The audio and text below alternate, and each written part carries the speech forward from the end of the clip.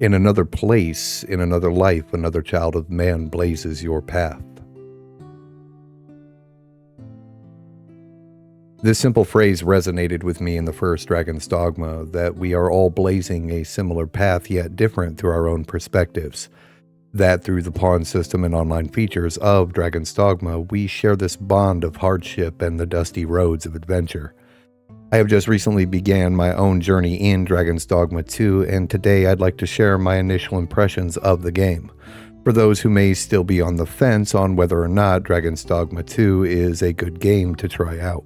To do that, first I think we should cover the price tag of Dragon's Dogma. Sitting at $70, my initial thoughts were, well, that might be a tad over what I was expecting, but I suppose it's not unheard of for a game to hit the $70 hair mark. So I purchased the standard edition without even looking into what the deluxe edition even offered, because typically deluxe edition games offer some in-game luxury things that I could honestly care less about. And this stands true with Dragon's Dogma 2. With such a steep base price, there was no way I was going to purchase anything else and even completely miss the DLC or microtransaction area of the Steam store. Speaking of micros, and I know that this is a very touchy subject. Yes, Dragon's Dogma has them by now, you probably already know. I was not surprised in the slightest about this fact because it's Capcom. I mean, take a gander at the micros on offer for Monster Hunter Rise or any other Capcom game. Do I like micros in my games? No. Will freaking out about them on the internet fix them? Also no. You are allowed to dislike something, such as micros in your $70 single-player RPG. You can also choose to be proactive in this dislike and express to others your opinion, or choose not to engage in games that have micros, and all of which are understandable and well within your right. But personally, I'm not in the habit of walking around Walmart telling people what they should and should not do with their money. I do not go to any given parking lot and start shaming people that have a nicer car than me. I am not a fan of a lot of things that I am also guilty of using. I may have a vehement disdain for the concert porta potty, but it's better than shitting my pants. I know this is a Neanderthal level of comparison, but this spectrum isn't black and white. I love video games. Video games have micros. The micros will not stop me from buying video games. I want to move on from this subject because I personally don't think it's very interesting or the biggest problem with Dragon's Dogma, but I know it is a topic that may be brought up in the comments. I understand that there is also a principal factor to this discussion, and I wholeheartedly agree, and I prefer my games to be void of microtransactions. Does this make me a hypocrite? I don't care. I want to play Dragon's Dogma and choose to ignore and not participate in their micros. Finally, I also have no intention of going to war over this matter with anyone in the comments or elsewhere. If you are not capable of being reasonable and kind while making your point, it's okay to click the thumbs down and move on. That being said, let's move on. Performance, I believe, is the number one and leading factor in this game's issues. Now, at the making of this video, I have only played for 7 hours and have yet to encounter any problems. I also haven't visited any of the major cities where I hear the majority of this issue resides, but there are many people who are massive fans of the Dragon's Dogma IP that can't even get the game to run. I am subscribed to Moist Critical or Charlie, and I felt his sadness and frustration during his attempt to play Dragon's Dogma. The first 35 crashes I was suspicious of, but this one's probably just, that's isolated incident. I just want to play the game. And I'm just going to go out on a limb here and assume that his computer isn't the issue when getting the game to function. This has led to a number of people, I say a number because I don't know the exact amount, that have boycotted the game or are very frustrated with this fact, and they have every right to be upset. I'm also not aware if this is due to just the PC port on Steam or if there are inner machinations at work here. What I have to say about this is simple. This is unacceptable. The game has a large price tag, and the specs for any given game on Steam is present for all to see. And if your computer meets the requirements, there shouldn't be any issue in theory. Now, we all know by now that this isn't always the case. Capcom is aware of all of this and has claimed to be working on it. I don't work for Capcom, nor do I know anyone that does, so whether or not this is solved before the shelf life of Capcom's product and reputation decline into the gutter is beyond me. What I can do is warn anyone who is interested in playing Dragon's Dogma on PC. There are performance issues. Stuttering, frame drops, lag, and crashes are all present in the PC port of Dragon's Dogma 2. And although I have not been affected by any of these issues, maker be praised, I would implore anyone seeking to purchase the game on PC to do some research before blindly buying the game and encountering these frustrations. Also within the spectrum of frustrations is the single character save file. This means that you are limited to the single character that is saved on the cloud of Dragon's Dogma. Now, there are ways to circumvent this via shutting off the cloud in your Steam app and removing the character designer demo from your computer if it is present, and then starting again. I have not had to do any of these shenanigans, but I am sure there are videos to aid in this if you are seeking to re-roll your chosen hero. But the fact that I am not allowed to simply delete my character for whatever reason and start fresh from the beginning from within the game is also unacceptable in my opinion. If a player wishes to start over, the ability to delete your save and start from scratch should be a feature within the game itself, and not require any level of nerd wizardry to achieve. At this moment, I am unaware if Capcom is even working on this or has any intention to fix this nonsense, because that is exactly what I think that this is, a nonsensical decision or lack of quality in a game that was created in 2024. I'm not going to harp on this for too long, but I think it would be lazy for me not to mention the fact that you should be sure that you are sure when deciding your chosen hero, because starting over, although is an achievable act, requires a fistful of nonsense to achieve. Now, to be fair, there are items within the game that allow you to alter your chosen hero's appearance, but changing my appearance is not the same as starting over.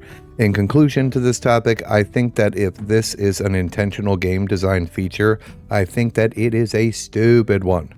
And if this was a mistake, it is a pretty big mistake that needs remedied in short order, after you fix the performance issues first. Okay. Now that I have addressed what I consider the major red flags, I want to talk about the game and my initial feelings and impressions of Dragon's Dogma 2. The hero sculptor of Dragon's Dogma is fantastic in my opinion. Now, I have heard people say that the overall graphics of the game are, in 2 words, dog shit. I think an eye doctor visit may be in order for those who perceive this game's graphic design as anything less than good. But I play Classic EverQuest and RuneScape, so I may have a much lower bar in the department of visuals than my peers. The character crafter of Dragon's Dogma is chock full of the usual bells and whistles found in many other RPGs, and is very robust in allowing the player to fine-tune their vision for any given hero. The racial options by default are the human and a new race known as the Beastren, but a clever player will easily be capable of creating an elf, a dark elf, a gnome, dwarf, halfling, and I even saw someone made Bach the Seamster from Elden Ring as their chosen pawn. The freedom within character creation is, as I said earlier, fantastic. When starting a new fantasy RPG, I typically attempt to create myself within the game, and this was no different. So I made a discount Dogma version of myself.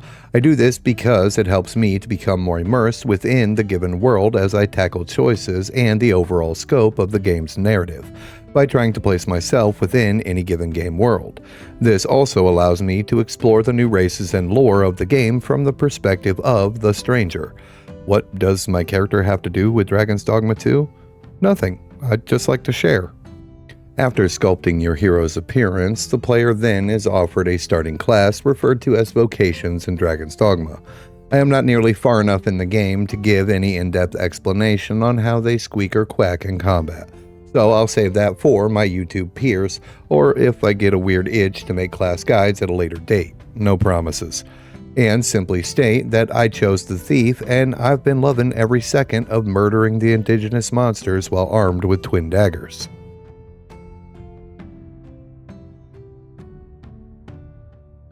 I can, however, touch on the leveling system within Dragon's Dogma. A hero and their main pawn level in the traditional course, as most RPG fans are accustomed to. Kill enemies, complete quests, get experience, and level up.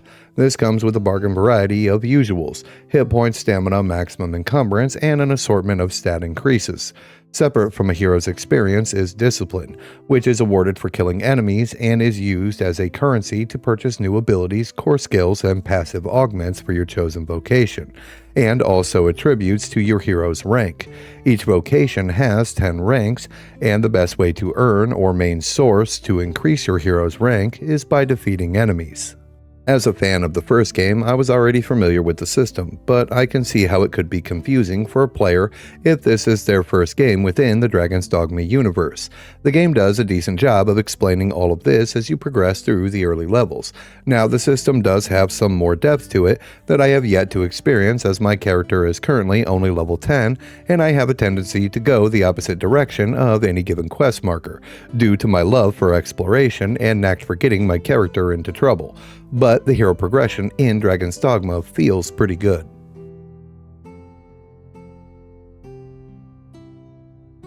The Pawn Legion serves the Arisen, and each Arisen is allowed to have a main pawn at their side. This is a companion that will stick with your hero throughout the game. You are allowed to create this pawn in the exact same fashion as character creation, as well as select their starting vocation and their inclination or behavior. Aside from this pawn, you are allowed to have 2 additional pawns in your group at any given time. These pawns are either created by other players while online, and I believe that there are NPC pawns that can be hired as well, though I personally have never tried because I like to look at all the interesting ideas that other players have created and take a peek into what other Arisen consider a worthy ally.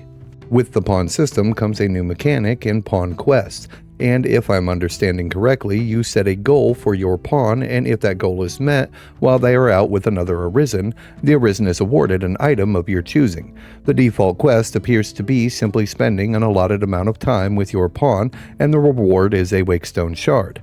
3 Wakestone Shards are automatically combined when discovered to create a Wakestone that can bring your hero back from death's door upon being defeated.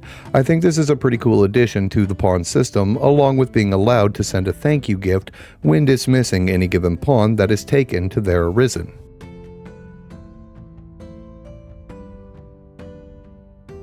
This time around, the story is presented in a more straightforward approach compared to the lore hunting of Dragon's Dogma 1.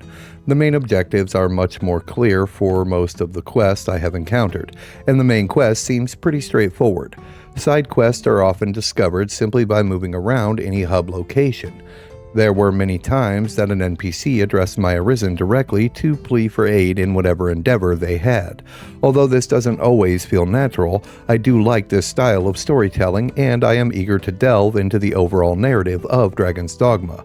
I'm not going to spoil any of the story, but so far, similar to the first game, the stakes seem pretty high as soon as your character leaves the creation press.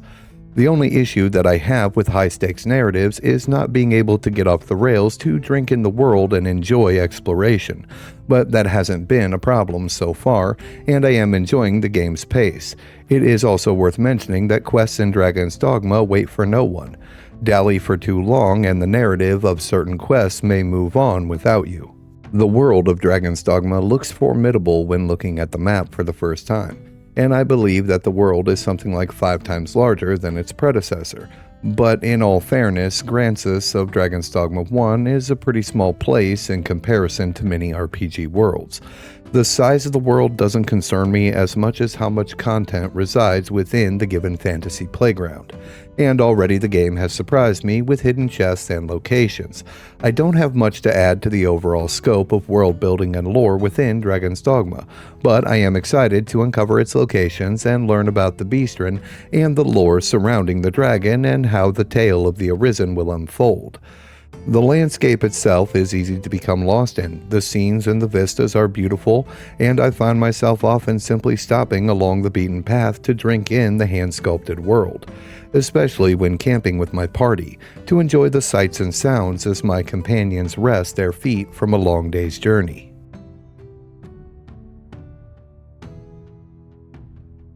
I know that the bulk of this video is front-loaded with red flags, but if you can get the game to work and look past the one save slot and all the micros, this game is fantastic, and my initial impressions of Dragon's Dogma are pretty positive.